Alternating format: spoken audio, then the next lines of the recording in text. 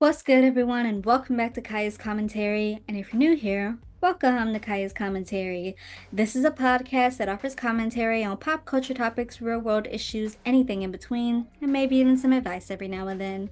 Before we get down to it, you can follow me on Instagram, Twitter, and TikTok at Kaya R. Pennington, and you can follow Kaya's Commentary on Instagram, Twitter, and TikTok at Kaya's Commentary. Also, be sure to hit the follow/subscribe button and the bell so you get notified when new videos drop.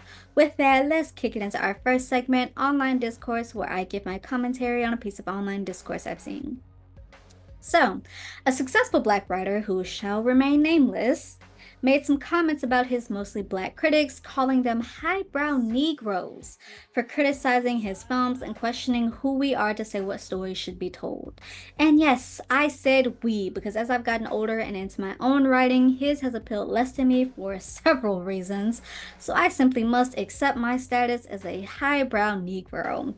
He also went further, saying that many use his stories as a way of therapy because they see themselves in his stories and it's helpful, especially if they can't afford professional therapy. Now, I have thoughts. Several. One, I love how the Black millionaire, if not billionaire, calls his critics, mostly average working Joes, uppity, because that's what he said. He calls uppity Negroes.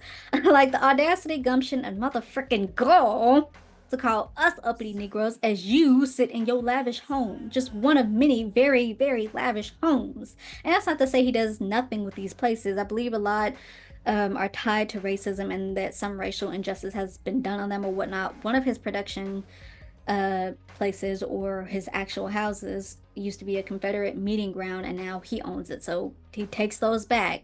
And also he donates. He does donate to a lot of charities and a lot of people. He's a humanitarian. Like I remember him getting the humanitarian work. He, by definition, I guess, is a humanitarian. My thing is, you don't see the irony in doing all these humanitarian works in good faith. I'm not saying he does it solely for attention, in good faith, but then turn around and call someone who may or may not be in the same position as a person you just donated to uppity because they said they didn't like your latest piece. There's something so, quite frankly, idiotic about that. Something that's out of touch about that. Something that says I clearly don't relate to the average Black American on that level anymore. Like, my guy, you own two private islands in the Bahamas. But yeah, we highbrow because we said your work is not living up to the humanitarian works that you do and to the money that you have that you could be pumping into this to give us better quality. Quality over quantity anytime. Two, you are not above criticism. I know criticism is hard to hear. People get mean with it. I, for the longest time, didn't let people read my works because I was afraid of criticism. Also, I noted that my works could stand to be worked on. But every piece of media is subject to critique. Even my podcast. It's just up to you to know what is bad faith arguing because people who argue in bad faith are not smart enough to disguise their bad faith arguing and what is genuine, real critique.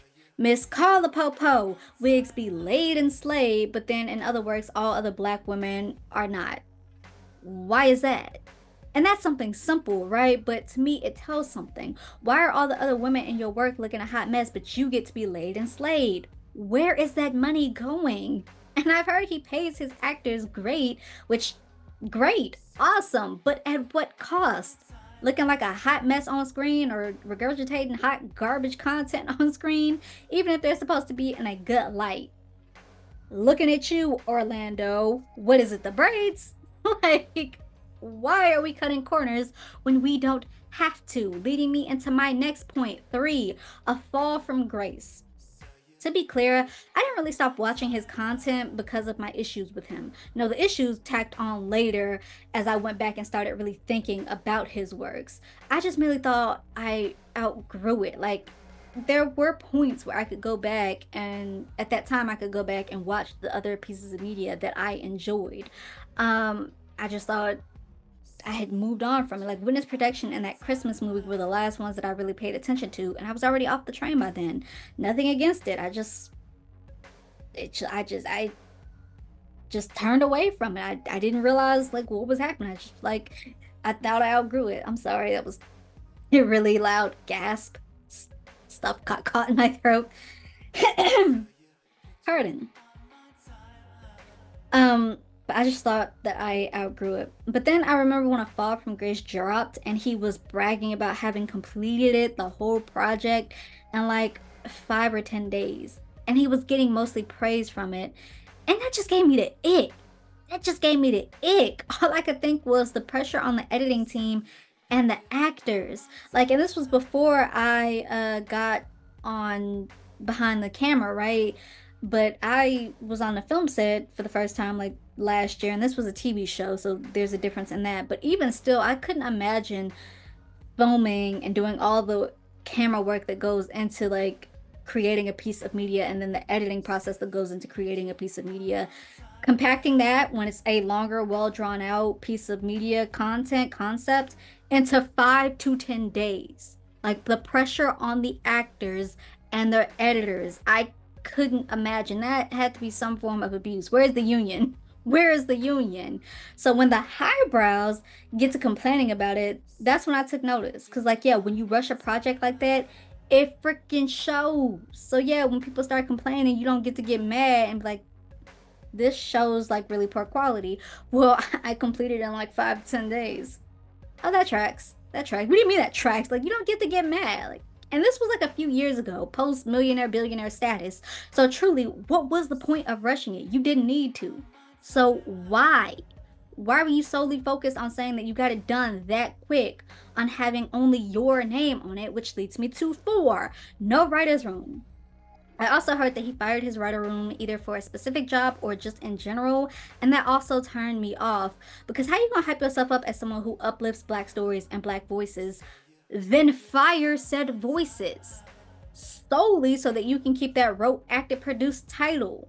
Look, that's an accomplishment to be sure when you're just starting out.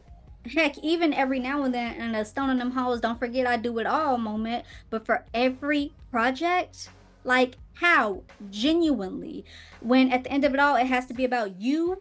You say that you give opportunities to the black community when it end goal, it's about you and your name. Like you got money now. You no longer need to do that for every project. You can't write everything, which leads me into five. Literally, no, you cannot write everything. You can't. You're pushing out, you're pumping out the same story, different font every 2 years. Yeah, many can probably relate to some of the themes in your work, but you know what else was a relatable piece of work? The Color Purple. Yeah, a whole generation of women didn't have beef with Danny Glover simply because he portrayed a black man in an abusive light. No, they related to Cilly in some way or another. And when the musical came out, I was one of its defenders, and not even because of its relatability, but because it wasn't like solely as the movie. Like people were like, why do we need a remake of the movie? We don't need that. And it's like, well, it's not necessarily a remake of the movie. It was taking a successful Broadway musical and just putting it in film. Like I was one of its defenders.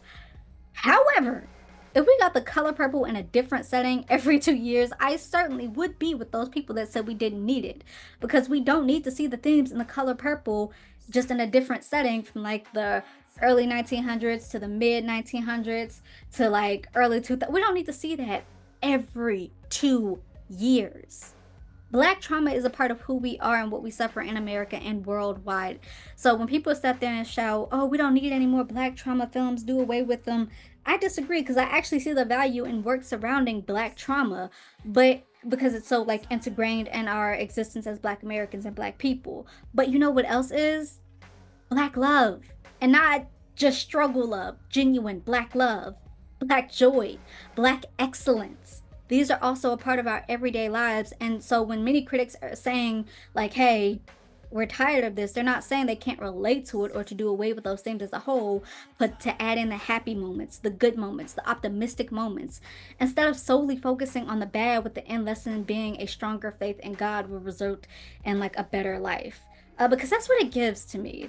Because your higher power, should you choose to believe in one, is always there. It's always there. So the good comes with the bad. Like bad things don't happen because you don't have a strong connection, a stronger connection as you could with your higher power.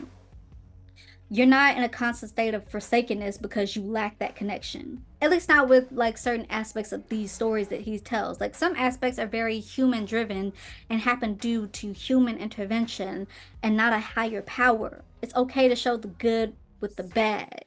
It's okay to show that you can still like you can still experience good and also realize the lesson of, hey, I could stand to do with a better connection to my higher faith should I choose to believe in one.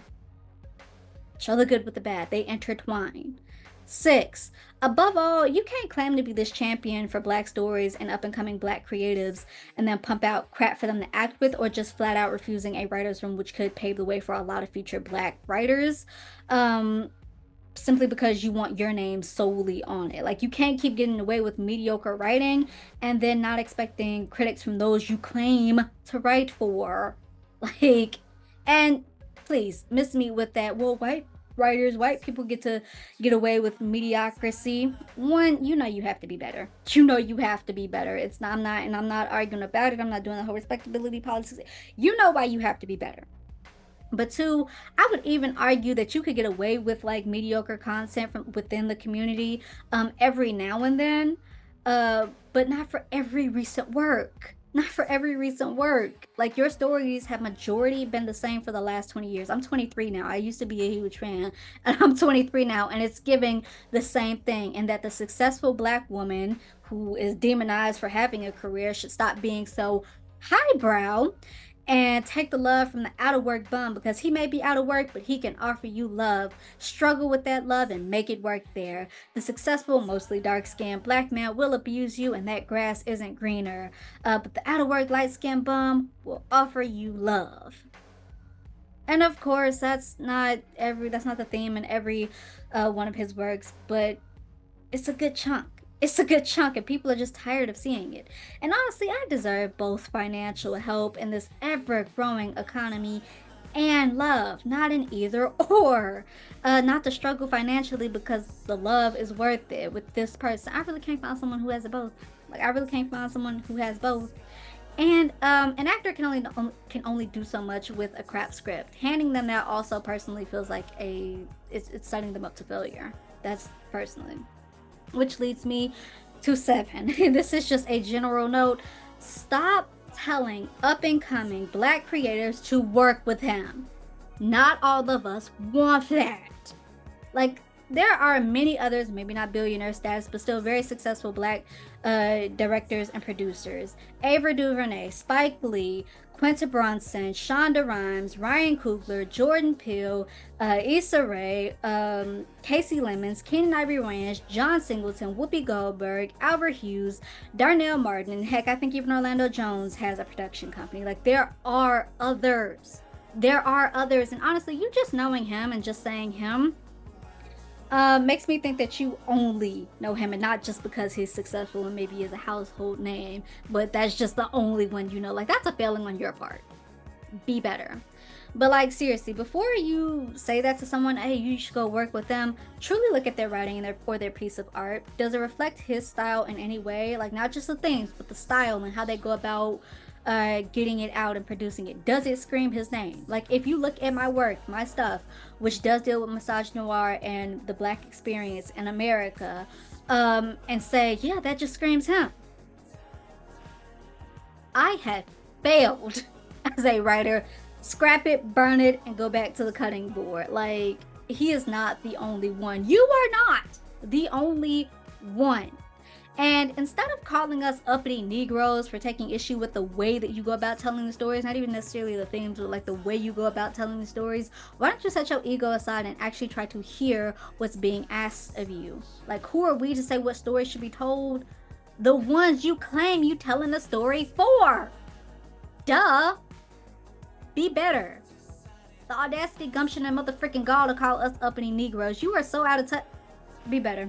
With that, let us kick it into our second segment.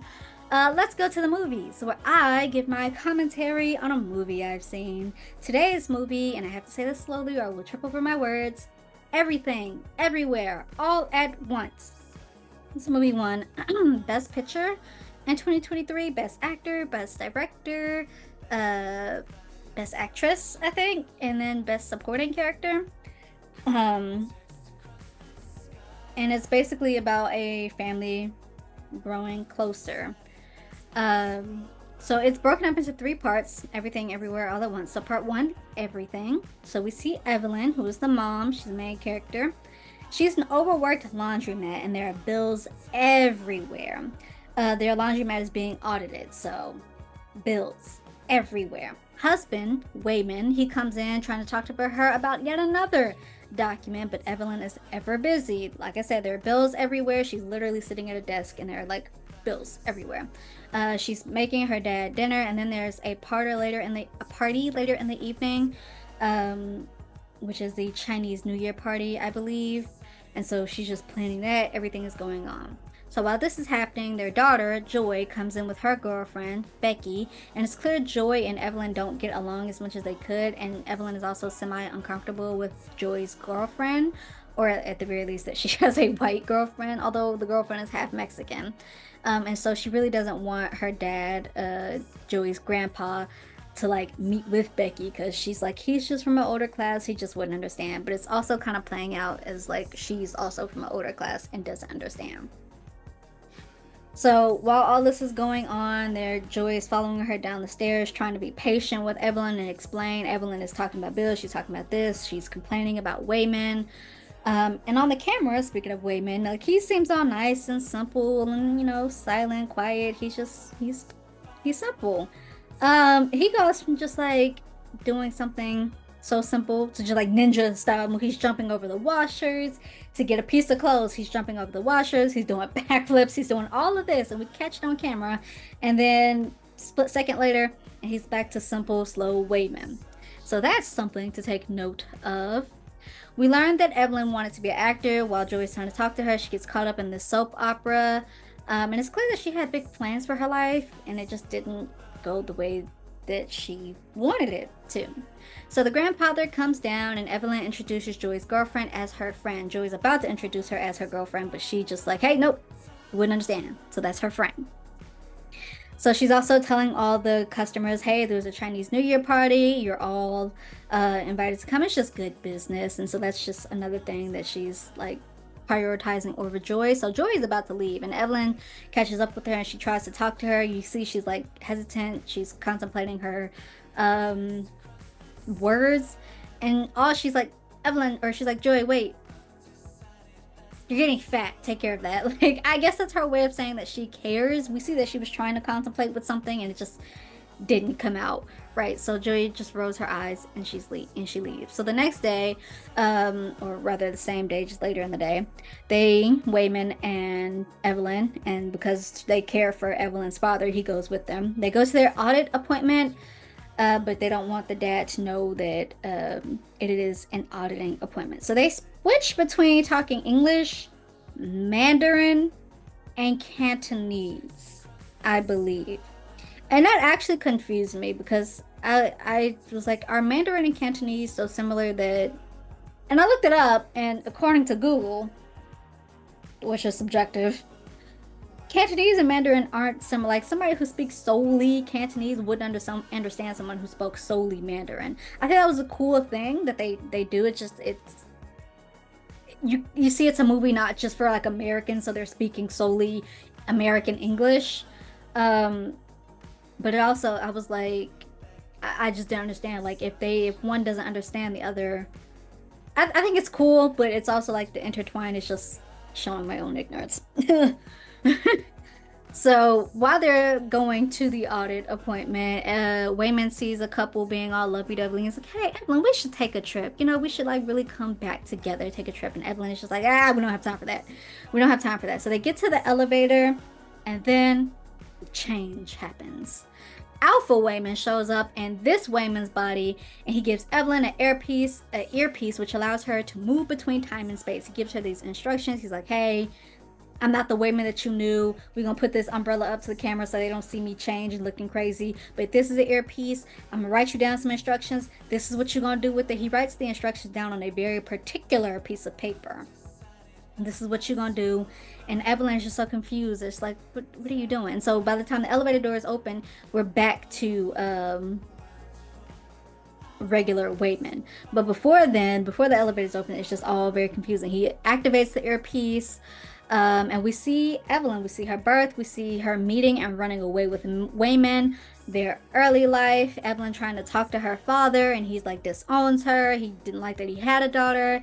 She gets pregnant. We see the good moments of like childbirth and like young Joy, but it's also a sad life. We see teenage Joy and her and Evelyn fighting a lot. And like I said, Raymond gives her instruction on how to use it, and how to move between space and time. And she's very confused when the elevator doors open and her Wayman comes back. But she contemplates the following instructions as she's at the audit appointment. So her attention is very much split between the auditor, who is played by Jamie Lee Curtis. I think her name is Deirdre, so I'll go in and out between calling her the auditor and Deirdre. And then the instructions that Alpha Wayman gave her. So she actually does. She begins looking at the instructions and decides that she's going to do it, and she jumps universe. In the jump universe, Alpha Wayman tells her of a threat to their multiverse, and they've been looking for different Evelyns to push out the darkness with the good, and they found so many Evelyns, but none of them could do it. So Evelyn's attention is split between the multiverse and the audit appointment. So Alpha Woman is trying to convince her to help, and she's still very confused, and she's like, no, I have so many things to do. She's like, no, I have an appointment today, come back tomorrow. Like, it's very funny. And he's telling her, you can do great things. Before he can like fully explain, a possessed tax auditor, Deirdre, comes in from that universe and takes out Alpha Wayman and knocks Evelyn out of that universe. So Evelyn is wildly confused because she literally gets knocked back into her universe. And it's made so more confusing when she starts talking to Wayman, thinking she's talking to Alphaverse Wayman, but she's actually talking to her Wayman. And so he sees the piece of paper that the instructions were written on. So she's talking about the instructions, but he thought she was talking about the paper, which is a divorce form. And so we also see the dad is talking crap about having a daughter for a child because she's going crazy. And so when she finally catches up to what Wayman is talking about, she moves in between Cantonese and Mandarin and English. It's like, we can't get divorced. Which your brother got divorced and think you're gonna get divorced. And it's very clear that Wayman doesn't want to divorce her, but it's like, I thought that was the next viable step. But they get interrupted by that when she sees the tax auditor moving, Deirdre moving, and she thinks this is a different version, Deirdre, so she thinks she's coming after her. So Evelyn punches the tax auditor.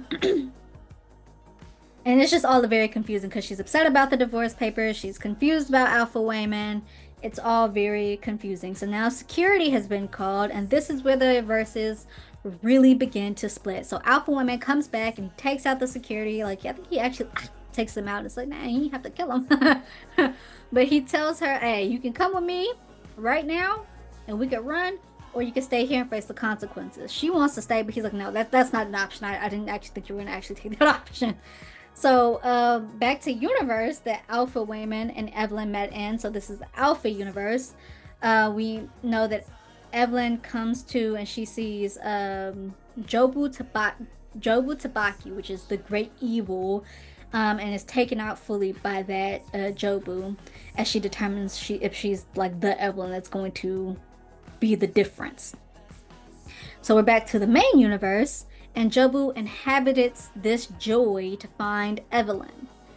Alpha Women and Evelyn try to make it out there in this. They're still in the office setting, and so like it's going crazy now, security, and then like Jobu Tabaki is coming for them, and different versions of people. So the main universe tax auditor can be possessed, quote unquote, by a different universe tax auditor, and so like people are coming for her, and that Deirdre, the tax auditor, is also coming for her.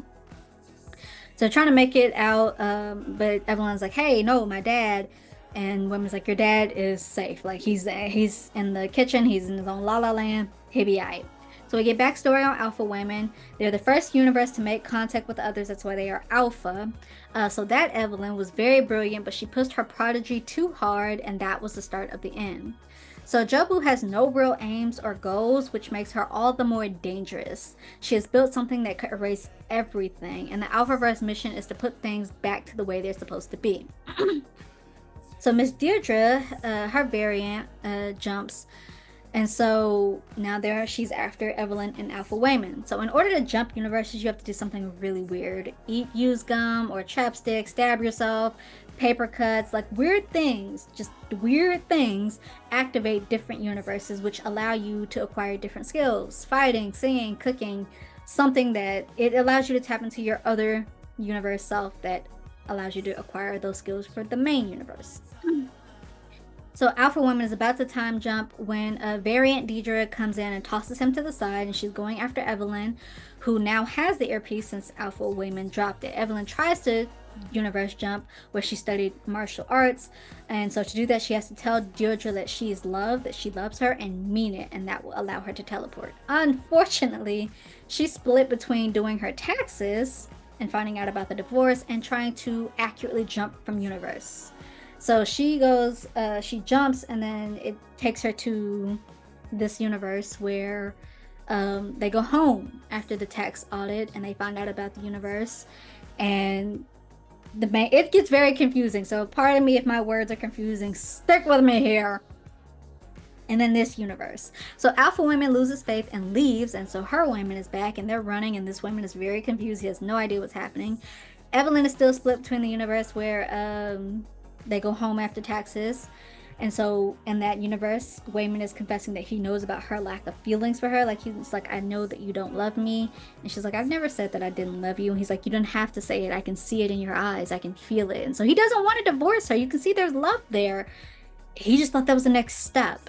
And she's also still split between this universe. So before she can deal with that, she's pulled back to this universe. And she's trying to tell Deirdre that she loves her to jump. And she finally gets it right as Deirdre is about to like knee contact with her head. She's like, I love you. And she got it right. And it pulls her to a reality where she doesn't run off with Wayman. She sends him away. He's sad about it.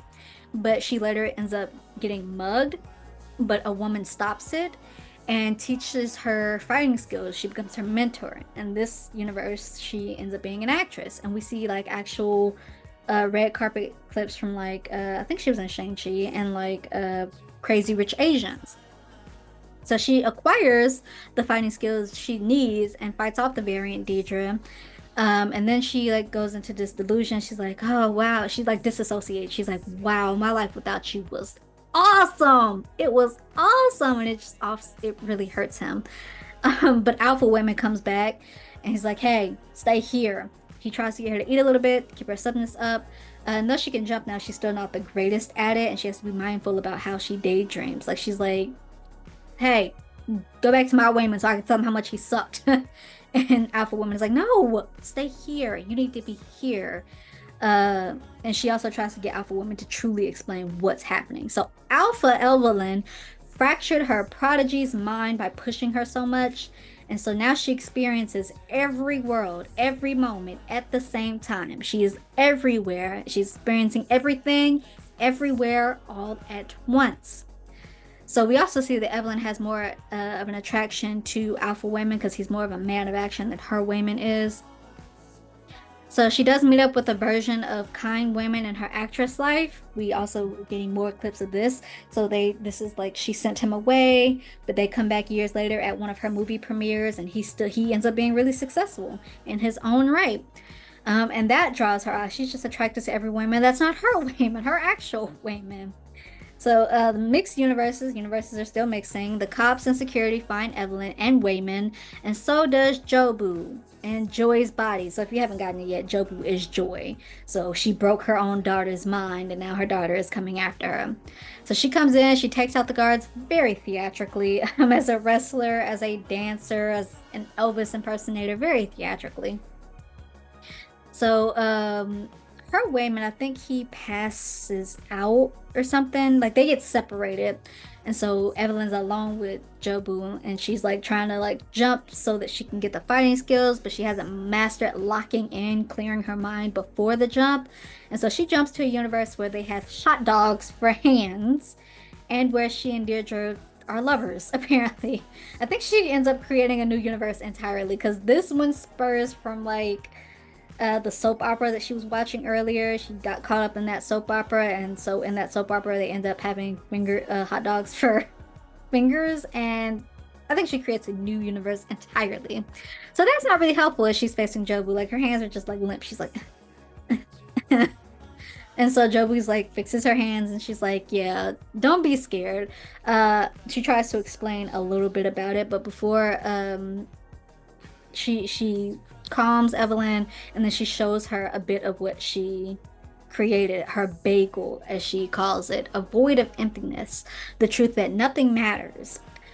Before Evelyn can really get sucked into that, Alpha Dad pulls Evelyn from that and rescues her with Alpha Wayman. So Alpha Dad, Alpha Grandpa, he's inhabiting this grandpa's body, so like he's more fighting style. So Evelyn still has doubts about her being the one to stop this, but Alpha Wayman, who had lost faith in her, now is like, no, because you're the one that's not good at anything, the one that's living her worst life that makes you capable of anything, because she's bad at everything. So main reality Joy gets to inhabit her own body, while Jobu deals with the real Alpha Wayman. She goes to his universe. So Maine, Wayman, and Joy, they're ever confused, and Evelyn tries to explain. She ties down Joy in this office room, and then she's trying to explain. She's like, you know that movie where like the thing sits on top of the chef's head, and he's controlling the thing and the thing, and they're like. She's like, that's what's happening. And they're like, Ratatouille? And she's like, no, Ratatouille, it's a raccoon. And they're like, no, it's Ratatouille, Mom. So that's funny. Alpha Dad, who is still inhabiting Main Dad's body, advises Evelyn to take out Joy. Evelyn refuses because she's like, that's my daughter. That's your granddaughter. And he's like, yeah, I know. So imagine how hard it is for me.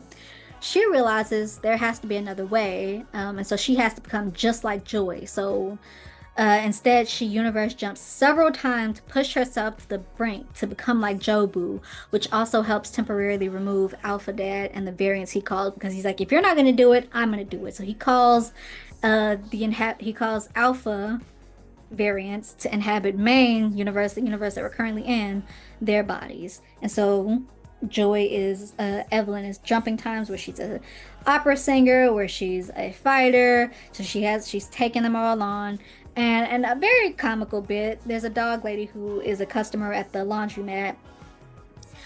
She has a variant, and so she comes in with a dog, and she's swinging this dog on a leash as a fighting thing, and Evelyn is just wah wah the dog, and then got the audacity to be scared when the dog gets stuck in the freezer. Like, girl, you swinging this dog around? You don't care about the dog being stuck in the freezer. It's funny. It's funny. Evelyn defeats her with her chef skills. In another life, she was a chef, and this is the life where Ratatouille comes to life. Oh man, I meant to write down his name and I forgot. Ratatouille's human puppet Muppet is Mike Chang, and it's just so great to see him acting. I wish I could remember his name. Gotta remember to put it up on the screen somewhere. But it's just great to see him doing things. And I also think he's in Grey's Anatomy. I don't watch that, but we love seeing people who were part of like successful things still go on to be successful. Anyway, the earpiece gets temporarily messed up when she's going against one assailant, and so it kind of falls out, gets temporarily messed up, and they need something really weird to reactivate it. So her assailant was going to use an award as a rear end shish kebab, but another assailant comes in and does that instead. Ooh, wow, I'm so glad we didn't see the actual impact. Like we see him going to jump on it, jump on it, jump on it, and then it cuts right before. Thank you, because ugh, owie. Evelyn, with main Joy and main Raymond urging her on because they're kind of like catching up. They're like weird things activate her fighting skills or whatever. So they're like, okay, blow on this guy's nose, and she's like, what? And it's like, just trust me, it's gonna be weird. So she does and activates. But she begins to lose a little, and again is like semi pushed into a different universe. And she ends up winning out by pulling out the self-made shish kebabs that her assailants use. She pulls that out, and that makes them lose their skills. So Alpha Dad tries to take out Evelyn with a grenade, but she is a fly that lands on her finger and she snips it up her nose, and she uses those skills, and with her pinky she disarms the grenade, sends it flying across the room. I just wonder what kind of grenade it was because it didn't do much but a buff a win. Evelyn takes on her other assailants, but she's incredibly tired by the end of this all. So Alpha Wayman, she's about to faint. Alpha Wayman comes back and catches her. Joy is gone now, I believe, because she's inhabited by Jobu now. Um, so Alpha Woman catches her before she faints. His real body is dying because Jobu got him, and so he's like, "I know you're gonna be the one to finish it." And then he dies, leaving Main Women. And the way she drops him, like she's holding him now, and so when she finds out that it's Main Women, she's like, "Ugh," like, "Ouch." And then she begins to like kind of faint or die as all the her mind splits with all the universes. And like I said, Jobu inhabits main joy again. And that's part one. Part two, everywhere. So part one is what actress Evelyn was watching on the screen. She ends up accidentally mentioning her daughter, their daughter, to that version of Wayman, and that Wayman is like, our daughter, so we did get together? He's very confused. So she rushes out into several other universes, including Rakakui, and also Hot Dog Universe with the fingers and Deirdre as her lover. And then back to Tax Universe and preparing for the Chinese New Year party. So while she's there, she and Joy have a bit of a confrontation. Right now, she thinks it's Joy. Right now, Jobu is playing as Joy, and Evelyn's like, I'm not falling for it. Come on out. Come on out. So Evelyn quickly confronts her, and then they move through several universes and semi-fight. They really go through a version of what it would be like to fight. Jobu shows her we could fight and shows her how they could fight, but it would accomplish no go. It's clear that Jobu wants something else other than physical violence. So Jobu explains that she and Joy cannot be separated. They are one, and shows Evelyn what her bagel of energy is. Nothing matters in the end. Jobu just wanted to show Evelyn that. And Evelyn begins to buy into it in her respective universes. She's like, yeah, maybe nothing does matter. In each, including the Office universe. The Office universe is where um, it's what I'll refer to as the universe that, instead of going home after dealing with the tax audit and the divorce, they stay there. So that is what I refer to as Office Universe. So including Office Universe, where Alpha Women dies, and then she comes back, she gives into the nothingness. She signs the divorce papers in the tax universe. She tells successful Wayman that she won't care about him. She makes Hot Dog Deirdre leave. She stabs Main Wayman at the office. She snitches on her chef co-worker with a raccoon with Ratatouille. As she moves through all the possible universe, she embraces the beauty of nothing. In a universe where she and Jobu are rocks, they really enjoy the silence of nothing. Although Evelyn does try to apologize to Joy, Jobu says, embrace the silence. Jobu confesses that she was hopeful that Evelyn would offer her a different view on everything, but she just finds herself tired of it all. And so she just wants to cease. And at least she's glad she doesn't have to do that alone. But Evelyn can't fully commit to it. In Tax Universe, she still worries about Wayman and how he fixes things. She signs the divorce papers. She goes off on all of her uh customers. She breaks windows. The cops come along with that. The tax auditor Deirdre, who she punched. And Wayman's like, hey, she's just going through things. He tells that same thing to the cops and to Deirdre. She's like, we're going through a divorce. She's just going through things. So that gets Deirdre to say, hey, cops, release her. He fixes that. He gets them another extended week on their taxes. In Afterlife, Wayman makes her really see him, telling her that he knows that she thinks that he is weak, but his strength is talking, is non-combativeness, is de-escalating, choosing to see the good, and how that's seeing the good is strategic. He has a line that's like, I know you see yourself as a fighter. Well, I'm a fighter too. That's how I survive. Which, tell her, Raymond, because I know we all get discontent with our lives and whatnot, but Wayman didn't deserve that. Wayman didn't deserve half her falling out of love with him and all that stuff just because she couldn't see the beauty in him always being there to clean up after her sometimes. Like, let her know, Raymond. Like, let her know, Raymond. In another life, he said he also has a line. It's like, in another life, I really would have liked doing taxes and laundry with you. And then he walk away. He know his respect. He walk away. In Office Universe, he stands up in front of her, so I guess the stabbing was non-fatal, and he shields her from her assailants and is like, hey, choose kindness. Choose kindness. Evelyn thinks that it's too late. She's like, get out of the way. I have to fight. He's like, no, choose kindness. So she's like, low-key starting to come back to him, and she's beginning to choose him again in every universe. She sees his way of fighting. This displeases Jobo, who still tries to take Evelyn with her. She's like, hey, don't listen to him. Nothing matters. But Evelyn refuses now. So she has to take on Jobu and Alpha Dad's variants, who are still trying to stop Jobu, because Evelyn's trying to stop Jobu and Joy, but like she's not trying to take her out. But Alpha Dad is.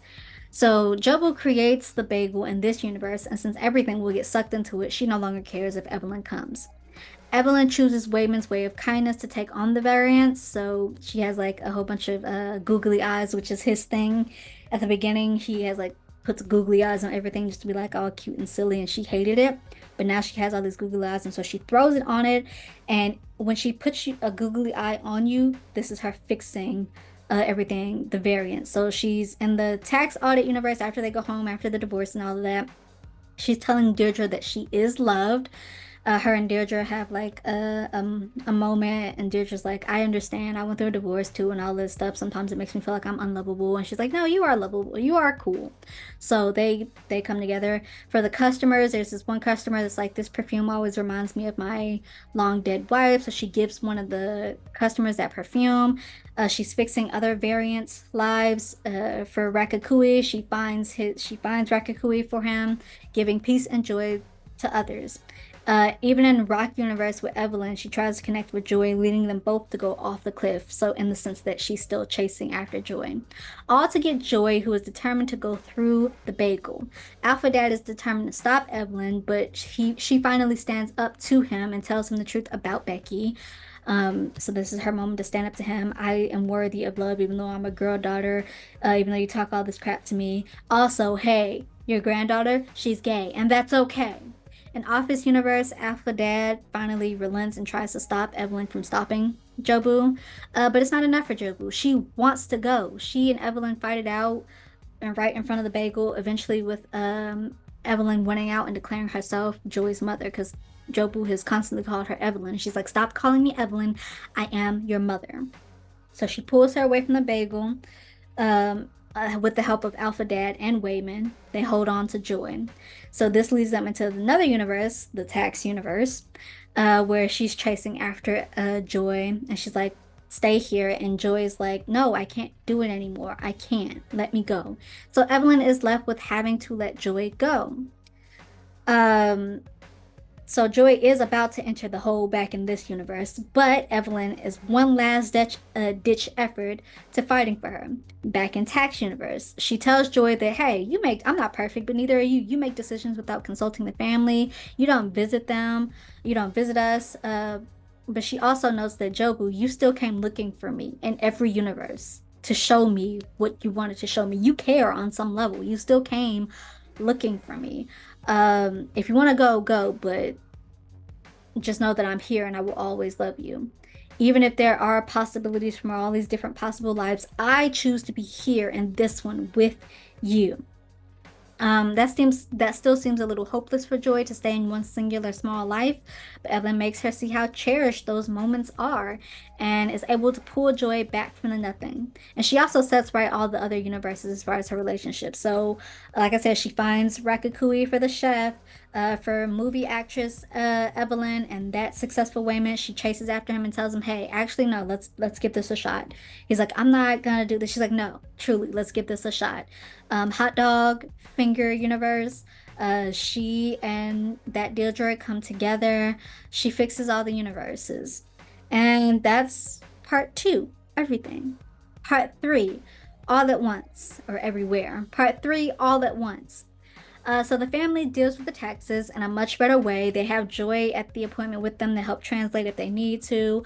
Evelyn and Joy are on far better terms. Wayman and Evelyn are on far better terms. And Evelyn, with the acknowledgement that she could be in all these other places, is choosing to stay in this moment. And she's happy about that. And that's pretty much the end of the film. Thoughts? I really enjoyed this. It was one of those films that like I had wanted to see even before it got all the nominations I had wanted to see. I just never got the chance because it would have been I missed opportunity to go to the theaters for it. And streaming had been slow about putting it on places where I could watch for free. I will never get with I'm already paying a subscription to use your platform. I will never get with having to further pay a separate price to watch a movie. I'm already paying for your subscription. Why am I paying for that separate price? So, but it just recently got on Netflix maybe a month or two ago, and it's honestly about to leave in another month. So it is available on Netflix to watch, basic subscription. Um, so I had been slow about watching it. Now, it was a little slow at the beginning. It didn't really pick up until the movie picked up at the office setting, but that's not that far into the film. It's not like it's like, oh, 50 minutes before it like actually no, it's a relatively smooth start. Now, keeping up with the timelines were confusing, especially main universe where they go home after, which is what I call a tax universe, where they go home and deal with the divorce and whatnot, and then office universe where they start fighting in the office and stay in the office for the most part. It was really confusing where it splits them, like I said, going home and dealing with that, and then staying in the building and jumping times with everything. And you can definitely tell it's confusing based on how I describe it. Like, I'm so sorry if that wasn't the most clear.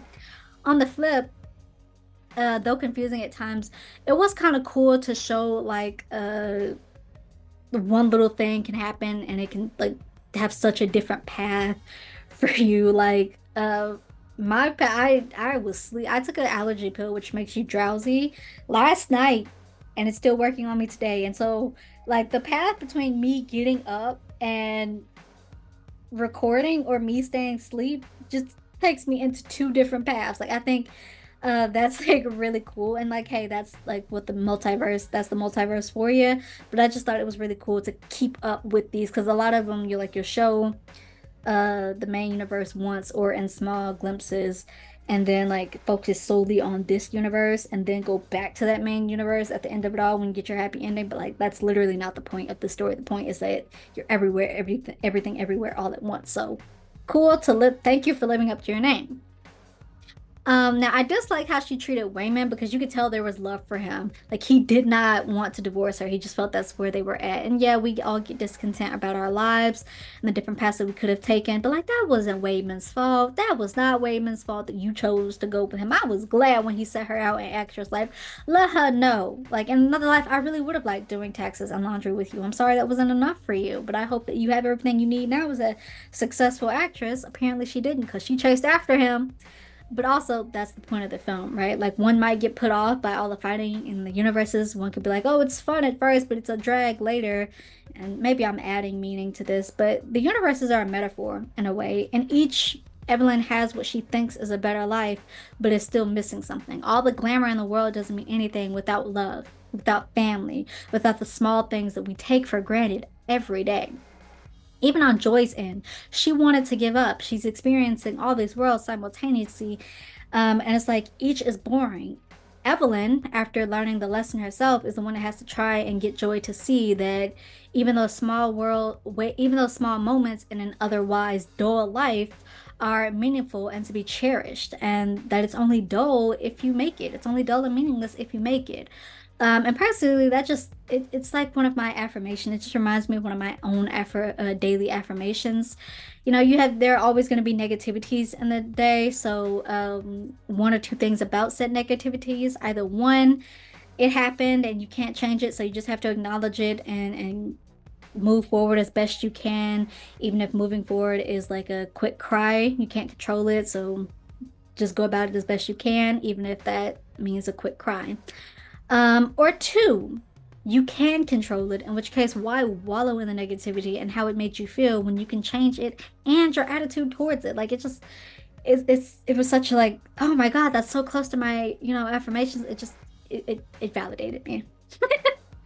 I also like Joy and Evelyn's dynamic. On surface, it seems like Evelyn is the one that has to learn not to take the small things for granted and to be a better mother, rather to accept her daughter for who and what she is and where she's at. But also, Joy must do the same. She doesn't call the family like she should, not just because they're at differences. She just doesn't think about them often. Rather, she like has had a hand in them growing apart as well. She makes decisions without talking to them, which isn't always okay. Like she has to learn to accept her mother and their life as well. And the acting was great. It was great. It really moved between relatable, dull, quote unquote, yet busy life, relatable discontents towards life and family, awesome action, slight comedy, all of that really well. Um, Personally, it deserved Best Picture, Director, Actor, Actresses, and all the other awards and nominations it got. My only tick, Stephanie Hughes should have got that supporting actress if it's between the two of them. A lot of us talk about how Angela Bassett was slighted, and rightfully so. But between in this movie between Jamie Lee Curtis and Stephanie Hugh, I think it really should have went to Miss Hugh. Cause like, look, I'm sure Jamie Lee Curtis deserves an award for many roles, many projects that she's been in, but not this one. Like she was kind of like hardly in the movie, and when she was a Karen tax auditor or a possessed Karen tax auditor with a bit of fighting skills and a bit of worthy backstory. The whole about the oh I feel not loved, oh you are loved. Or she was a hot dog fingered lesbian. Like, not saying she didn't add anything to the story, she did, especially when like she and Evelyn had that heart to heart. But of the two, who was more of a performance in like that for me? Like she put in more of a performance for me. So I really feel like supporting actress should have went to her of the two. Overall, 8.5 to 9 out of 10, only taking it out a few points off because like the confusingness of like everything, but like that only adds into the film for you. Like you also are everything everywhere all at once. So I sorry for the gasps. I really enjoyed it.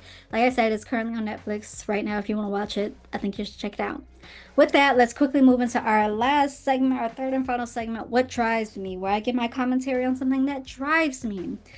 So today's topic, spoiling content before it even fully drops. Now, this happened like 2 weeks ago, but the Acolyte, its series season, because we're hoping for a second season. So season finale dropped, and I was at rehearsal when it dropped. I actually forgot all about it, and then I hopped on Twitter, and this was like at 9:09, and it dropped at like 9 o'clock where I'm at.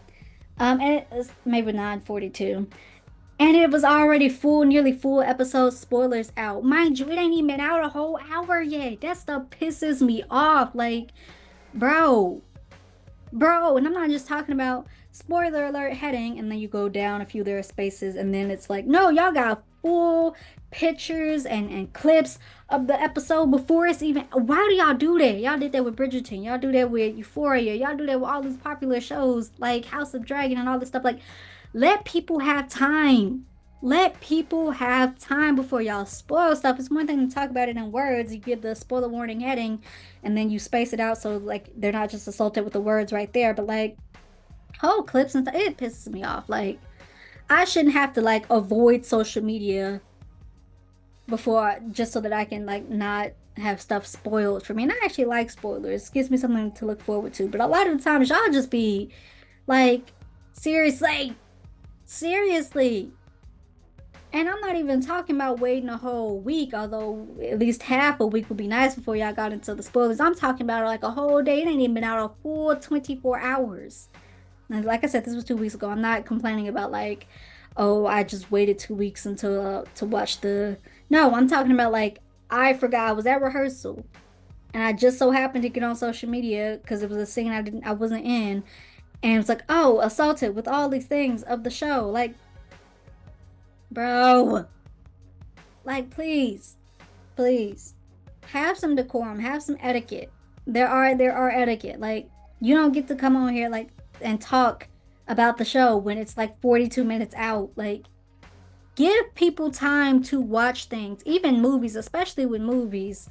At least a week. At least a week for movies. Certainly like before y'all just like real deal hopping into spoilers. Like give people time.